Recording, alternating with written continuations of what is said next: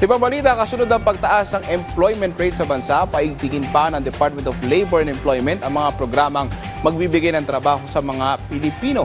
Samantala, dineport na ng ang mga foreign national na nagtatrabaho sa mga pinasarang Pogo Hub. Yan at iba pa sa Express Balita ni Floyd Brenz. Palalakasin ng Department of Labor and Employment ang kanilang mga programa na maghahatid ng trabaho sa ating mga Pilipino. Yan ay kasunod ng pagtaas ng employment rate sa Pilipinas na pumalo sa 96.1% noong Mayo. Target din ng Labor Department na malampasan pa ang naitalang mahigit 50 milyong labor force participation sa bansa. Alinsunod na rin sa kanilang Philippine Development Plan.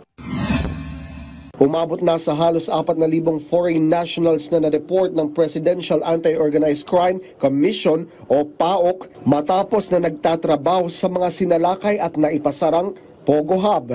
Sa programang Bagong Pilipinas ngayon, sinabi ni Undersecretary Gilbert Cruz na maliliit na Pogo Hub na lang ang nag-ooperate sa bansa.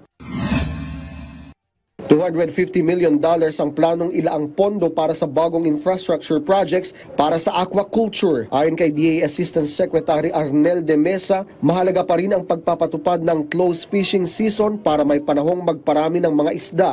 Samantala, tumaas naman ang fish production sa Ilocos Region ngayong taon na nakapagtala ng mahigit 26,800 metric tons aquaculture production sa unang quarter ng taon. Mas mataas ito ng 3,000 metrikong tonelada kumpara nung nakaraang taon.